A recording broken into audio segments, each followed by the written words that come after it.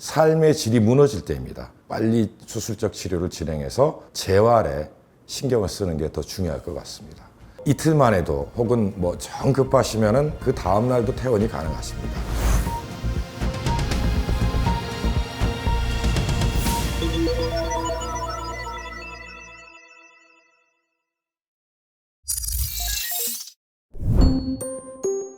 추간판 탈출증이란 무엇인가요? 디스크라는 거는 정식 명칭으로는 추간판 탈출증이 되겠습니다.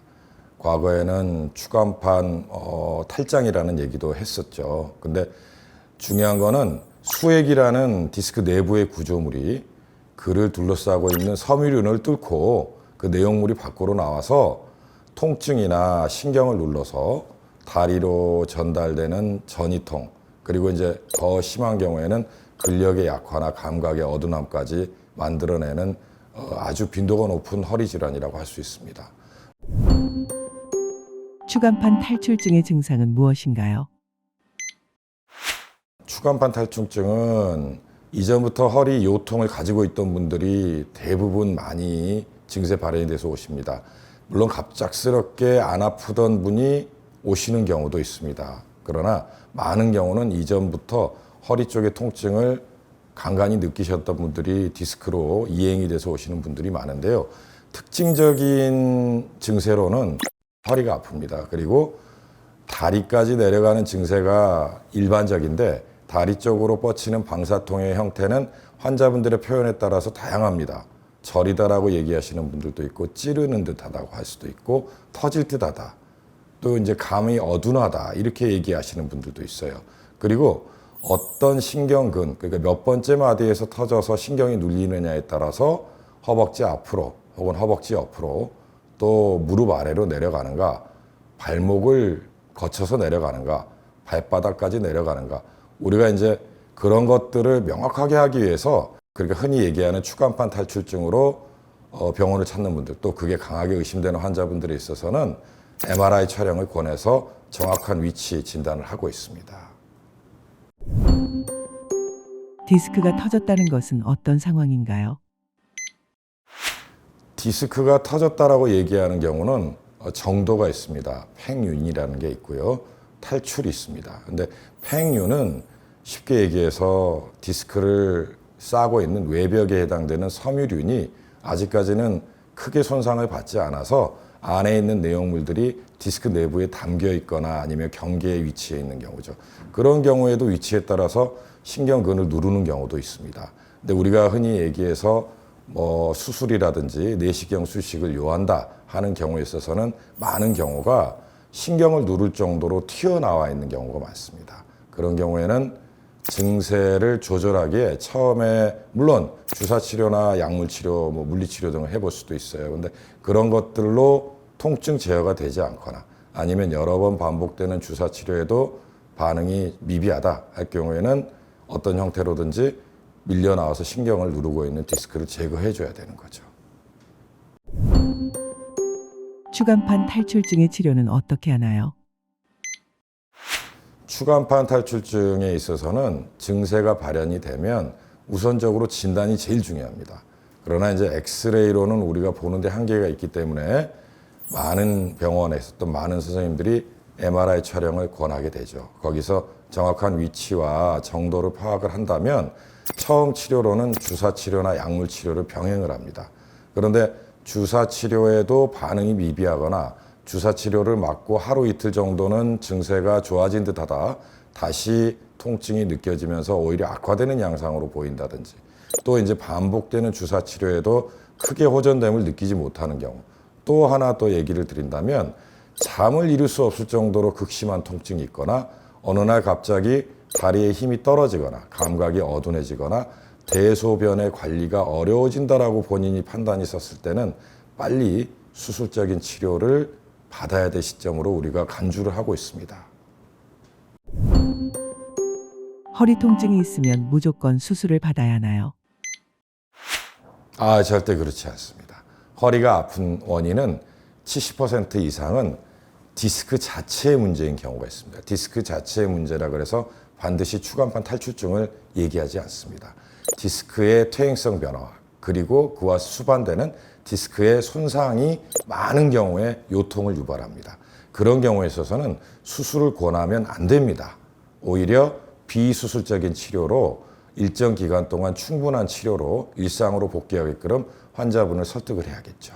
가장 수술을 필요로 하는 경우는 근력의 약화를 포함한 신경의 마비 증세입니다.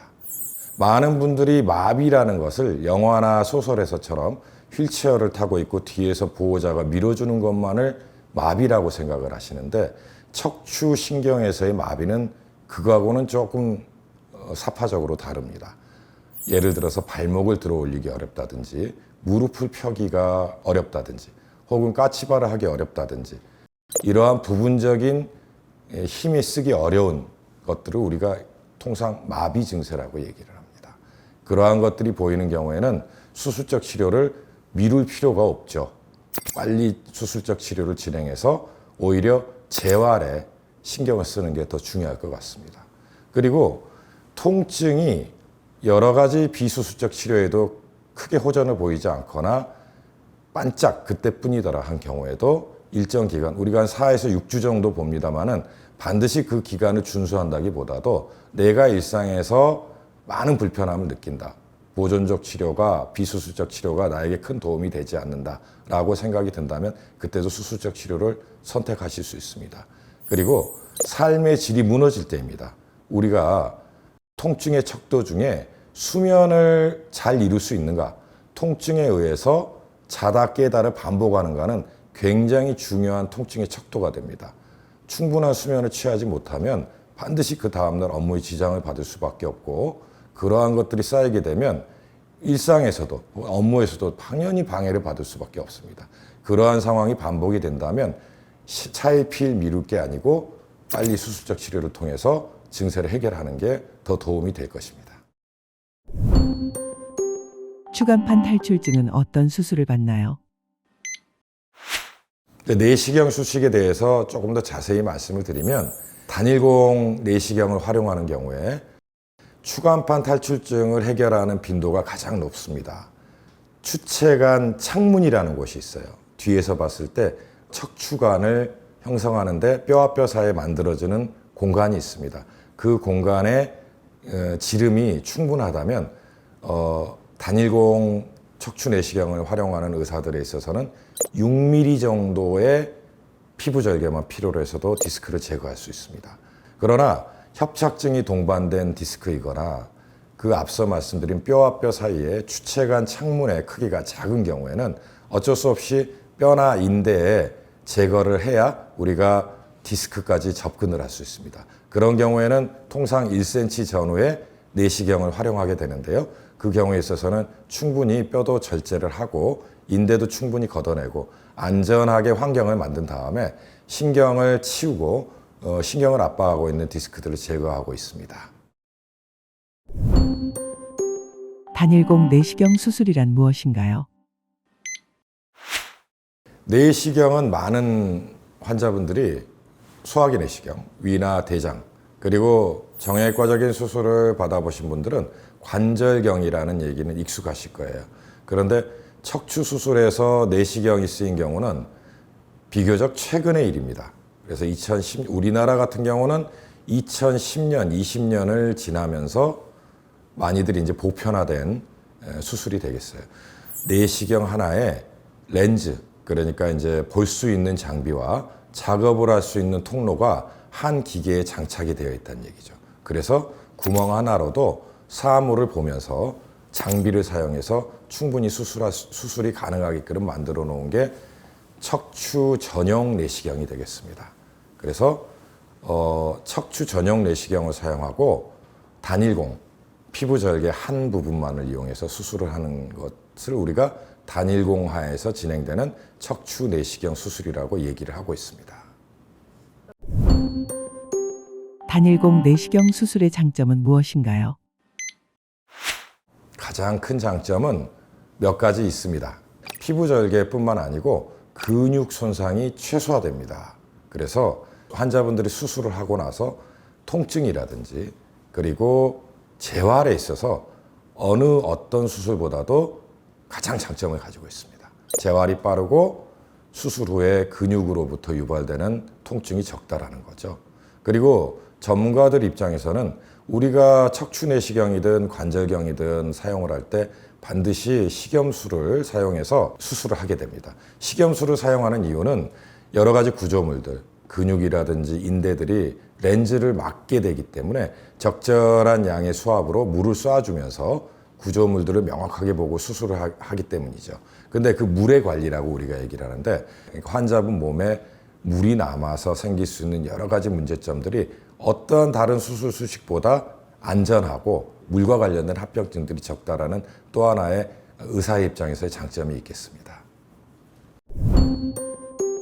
단일공 내시경 수술은 회복이 얼마나 빠른가요? 퇴원도 빠릅니다. 이제 과거에도 물론 퇴원을 빨리 시키는 선생님들이 있긴 했어요. 그런데 이제 퇴원을 빨리 해서 생길 수 있는 상처의 감염이라든지 또 결국엔 퇴원을 하시더라도 집에 가서 일상생활보다는 침상에 누워 계시는 일들이 많았겠죠. 근데 내시경 수술, 특히 이제 단일공을 하게 되면 이틀만 해도 혹은 뭐 정 급하시면은 그 다음 날도 퇴원이 가능하십니다. 우리보다 척추 내시경을 먼저 임상에 도용했던 미국 같은 경우는 단일공 수술을 한 이후에 회복실에서 3시간 있다가 퇴원을 하는 경우도 있긴 합니다.